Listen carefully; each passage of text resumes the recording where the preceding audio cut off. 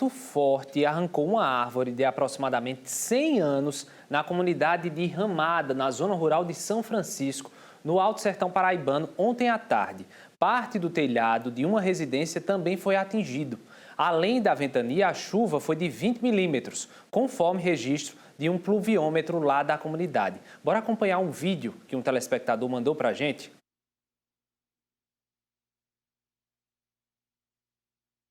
Tá sem o áudio?